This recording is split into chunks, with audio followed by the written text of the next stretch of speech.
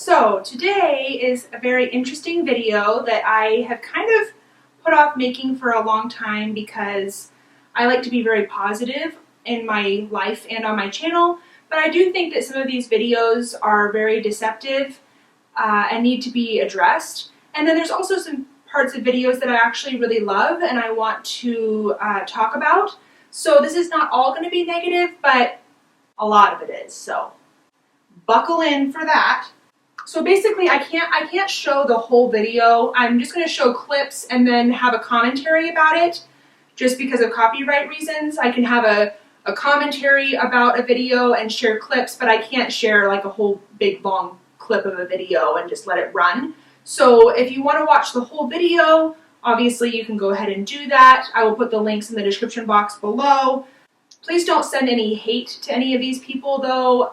This is just really for educational purposes and to let people know, like, hey, this is happening, this is out there, just to be aware of. I've been meaning to make this video for a long time, and so I have all these videos saved on my watch later list, and so I have to see them like every day when I go to watch something that's on my watch later list, and I hate it because they make me mad. So this first video that I'm going to react to is called Pocket Pets at Florida SuperCon 2015. So this is not that long ago, and it is a good indication of expos, and sometimes these companies will come into malls and try to sell people on how easy gliders are and how they're such easy pets and they really don't need any maintenance and you can just feed them cat food or some kibble and some apples and they don't really need to be kept in pairs or anything. They don't need to be taken to the vet.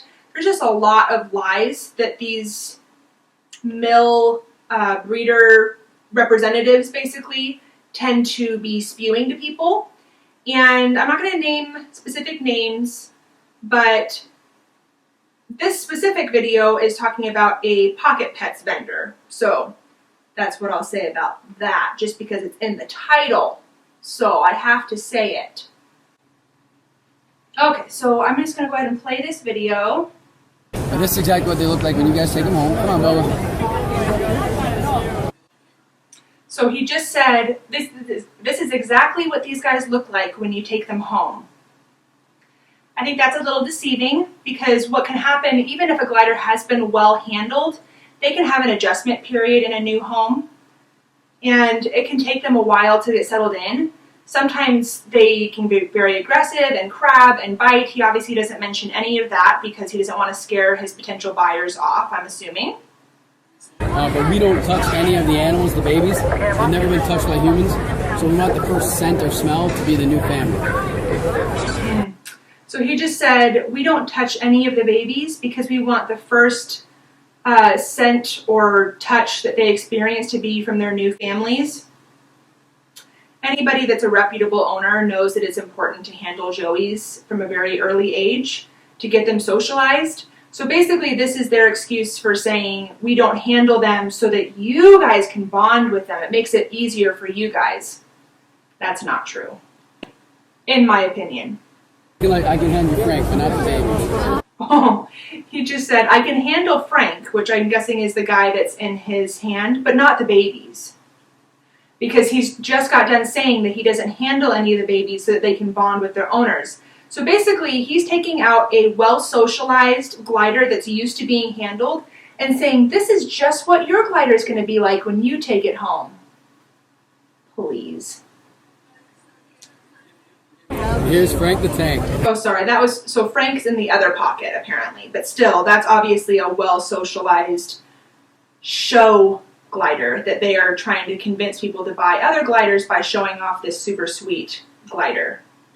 So towards the end there, he does actually have some factual information about neutering and spaying and developing the bald spot, yada yada. You can watch the rest of that if you want. None of these people are going to give 100% lies. It's like, some truth mixed with lies, and then you don't know which one's which. So, okay, that's all I'm going to say about that one. I think that's very telling. So this next one is actually from Kat Aaliyah. Hey guys, what's up? It's Kat Aaliyah. I've never seen anything wrong with any of her videos that I've personally watched. She's a very well-liked sugar glider owner. She has her own pet tube channel. She has a lot of different pets, not just sugar gliders. She actually breeds her own sugar gliders that she got from the pet glider. She seems like she really knows what she's talking about with gliders for the most part that I've seen. But she does go and confront a mill breeder that was basically doing what this guy is doing at wherever he is, at Florida SuperCon. But she's doing this at a traveling outside market, basically. And where she lives, there's every once in a while these breeders will come through town, basically. And so she knows that that's happening. So when she does, she spends the first part explaining how she likes to hang up educational materials about factual care about sugar gliders, because she knows that that's not what the information that they're going to get from these mill breeders or these mill vendors. They're actually, the people that are selling these are not usually the actual breeder. They're just the sales representative for the actual breeder. Just that distinction. But I think the part where she talks to this guy is very interesting. I'm not going to play a ton of it just because I think this is a video worth watching all the way through, just because I think she's a great YouTuber, but I will just briefly show a clip of that. Oh. This is one of our, this is Sweet Thing. She's Why do you flick them on the face like that? Because they bit me. So as the guy is taking the glider out of the bag, he flicks the glider. And she goes, oh. Yeah, that's, I've never heard anybody suggest flicking your gliders. Maybe blowing on them if they do something that is, you know, if they bite or whatever, or making a tss sound, but please don't flick them. I don't get the impression that this guy that is handling these gliders really loves these gliders, even close to, he seems like he's basically there to do a job and doesn't really care. And they named the glider Sweet Thing, which is cute, right? It kind of gives the impression that any glider that you get there is going to be sweet and cuddly and nice, right? Because Sweet Thing is nice. Don't they get hot though? Because I read they're not supposed to be above like 75 degrees or they'll have heat strokes. They could. I haven't found that to be true. So basically, throughout this whole interview, I'm not actually not going to play any more of it. I'm just going to say one thing, and then I want you guys to watch this because she does a really good job. Basically, she interviews him with questions she knows to be true. She's interviewing him with leading questions to see what he will say. So the first question she asked was, why do you flick him? Or flick her? And then the second question she asked was, doesn't it get too hot? I've heard that they can get overheated. And he says, oh, I haven't found that to be true, which gliders absolutely can get overheated, especially if they're in the beating sun in 90+ degree weather all day, absolutely could get dehydrated and overheated. So, okay, next video. This one's called Sugar Gliders on Sale at Mall Kiosk, Turning Up Dead. Well, they're billed as the ultimate exotic pet, and they're up for sale at mall kiosks. But some of these tiny creatures known as sugar gliders are proving more difficult to care for than some might think, and some are even ending up dead. So this, I'm going to definitely put, I'll put a link to all of these videos in the description box below. This is really a good one worth watching. I'm just going to react to like a couple pieces of it, but I really think you should watch the whole thing. Basically, it's a news piece about how these sugar glider kiosk sellers are usually, well, are really never telling people the right information. And so people buy these gliders thinking that they're one thing as far as their care and what their needs are, and then they realize that they're not. Quite like this. They're just so sweet when you work with them. And oh, that one looks like the Natiri girl. Crowds gather to see these tiny creatures jump and glide. They're up for sale at a kiosk. Can I just say that I am so thankful that I did not see these in a kiosk mall, because even though I know that impulse buying an animal is not ever really a good idea, I would have been so tempted. And I tend to be kind of trusting of people. And so, especially with animals, it's like, well, why would you lie to me and endanger an animal, right? So I could definitely see, especially in my younger years, I could definitely see getting deceived by one of these people, which is why this is such a sensitive subject for me, because I feel like they prey on vulnerable, trusting people and helpless animals. And that's just like evil to me. Pet she had to have. They just seem so cuddly and everything. That girl said they just look so cuddly and everything. Yeah, well, they can be, but not always, and especially not if you haven't done the work to really handle them a lot. Pocket Pets travels from mall to mall advertising sugar gliders as maintenance-free, odorless animals that make great pets for kids 6 and up. Maintenance-free, odorless animals that make great pets. That's deceiving. Maintenance-free is just an out-and-out lie. There's definitely maintenance you have to do with your gliders. And odor-free, I mean, the glider itself doesn't really smell. They have a very slight smell if you had them right up to your face. But their poop and pee smells. And there's things that you can do. I have a whole video about that. I'll put that in the description box below too. But there's things you can do to reduce that. But just to tell people that they're odorless and that they're low maintenance and... Pets for kids 6 and up. Great for kids 6 and up. Oh, and the wheel that they have here that they're selling is unsafe. It has a middle bar, so as the gliders jump, they can actually have died because they've gotten their patagium or their tail or whatever wrapped around or hit their back and broke it. Yeah, just... I'm trying really hard to be like just matter-of-fact and factual about this video, but this makes me so mad. And while the company selling these sugar gliders at the mall may make them sound like the perfect pet, experts say not necessarily. Aaron of St. Petersburg has bred sugar gliders for 18 years. They're very easily stressed, and when they're stressed out, they can self-mutilate themselves to the point where they have disemboweled themselves. One more time. In fact, local veterinarians report a rash of dead or dying sugar gliders coming into local offices, all sold at mall kiosks. The animals require proper nutrition, plenty of attention, and large enough cages. I want you to watch the rest of that video. It's good. It's good and factual and good information. Okay, this next guy is this is the last video. Now, I have to be really careful about what I say because I don't have actual proof myself about any of the things that I've heard about this guy. So basically what I will suggest for you to do is to do a little digging. If you've looked at him and you say, oh no, I love that guy, he has such good information, I would ask about him on some sugar glider Facebook groups or even in like sugar glider forums on pretty much anywhere. If you Google him and do any digging, you're going to find a lot of the same things that I found. And I'm just going to watch this video and point out the things that I think are not, at least not accurate, up-to-date information. He has a whole series of videos. It's called, this specific video is called Sugar Gliders as Pets, Vet Explains How to Pick Them Up.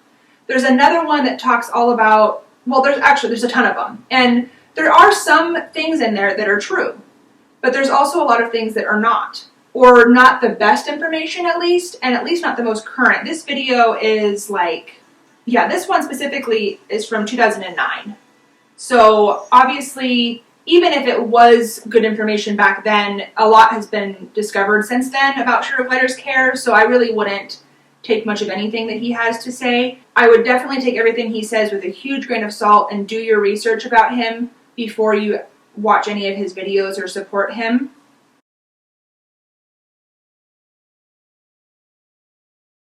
Looks very official. The purpose of this video series is to cut through all the internet misinformation out there and teach owners like you the best veterinary approved ways to raise and care for sugar gliders. The best option is, again, to use an electric heat rock in combination with a nesting cloth. So he advocates having a heat rock and a nesting cloth, which is what Pocket Pets advertises to do. A heat rock has been proven unsafe multiple times. Gliders will get to that wire and chew through it, even though they're saying, oh, you put it on the outside. Yeah, anybody that has gliders knows that they are going to move that thing around and they're going to get at it. I've heard tons of people say how, oh, I had a heat rock, but they chewed through the wire. Super safe. Not necessary. So basically he's saying, well, you want to have a blow blankie and a heat rock, and then you just reach in and grab the glider with the blankie. There's just no reason to do that. Have a sleeping pouch, hang it up, the glider will be asleep in there, take the whole pouch out, and hold them that way to start bonding with them. There's just no reason to have the poor little thing huddled up on a heat rock under a blankie. Actually, one of the best things to do is take a small piece of clothing from everybody in the family that has everyone's scent on it, put it in the cage. Okay, so the problem that I have with that, and that's actually something that a lot of people recommend, yes, you should take a piece of anti-pill fleece and rub it on yourself, get your scent, they can bond with you, get to know your scent, that's fine. Does he say animals? Let me see. Cloth or fleece all over everybody, including other pets, and that works well too. Including other pets, he says.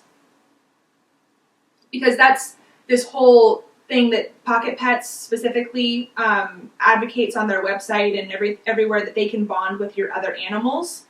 And so that's something that they really push as a selling point. That's super dangerous. You should not introduce your sugar glider to any other animals, in my opinion, because animals are all unpredictable, and gliders are very, very small and helpless. And anyway, that's a whole other video, but I don't advocate that. And then as far as the material is concerned, it needs to be anti-pill fleece, because if you take one of your shirts and you put it in the cage, which I know a lot of people do, but if it's not the right material and it has threads and stuff like most shirts do, they could get hurt with that, just like they could get hurt with a pouch that's not safe. So please only do that with anti-pill fleece material that's safe, not just throw your sweater or your shirt or whatever in the cage. So I'm going to stop that there. I just can't stomach him anymore. I get to delete these from my watch later, and I'm so excited. All right, guys. I hope this was educational for you guys. Please, please do your research. Please don't take any one person as the absolute truth, even myself. Please fact check everything that I say with other sources, but please be aware that there are a lot of either outdated or sources that are just not true. Here's the thing. Anybody can post a video on YouTube. There is no filter for that. So just because somebody is on YouTube, even if somebody has a lot of followers on YouTube, that does not automatically mean that they know what they're talking about, including myself. That's why at the beginning of every video I try to say, you know, I'm not an expert. This is just based off of my experience personally. Please do your research. Anybody.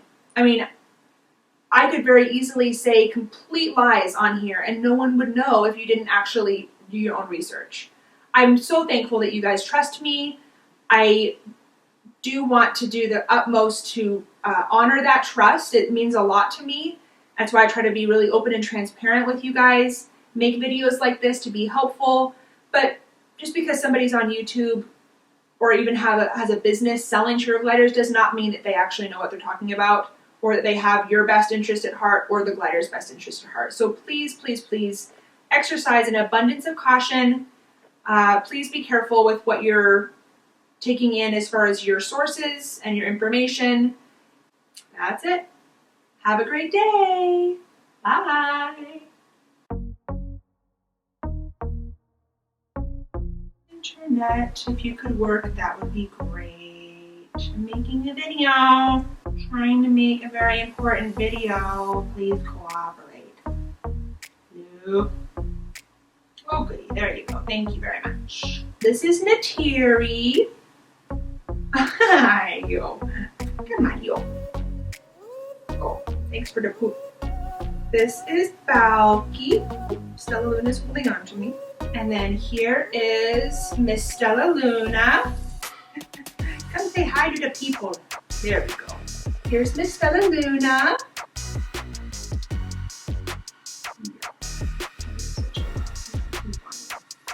Okay, and here comes Miss Pika. No, come here, Miss Pika girl. She's my newest rehome. The other ones, all three of my others were bought from a breeder. And this one was a rehome. Here, I'll just have you go straight in the pouch, huh? That'll be better? Yeah, that's better. You just clean up this poop. if you're looking into getting sugar gliders, you gotta know that they poop a lot. But the nice thing about it is it's pretty solid, so it's pretty easy to clean up. Let me just go wash my hands and get cleaned up here, and then we'll get started with the drama. Spread poop on my couch.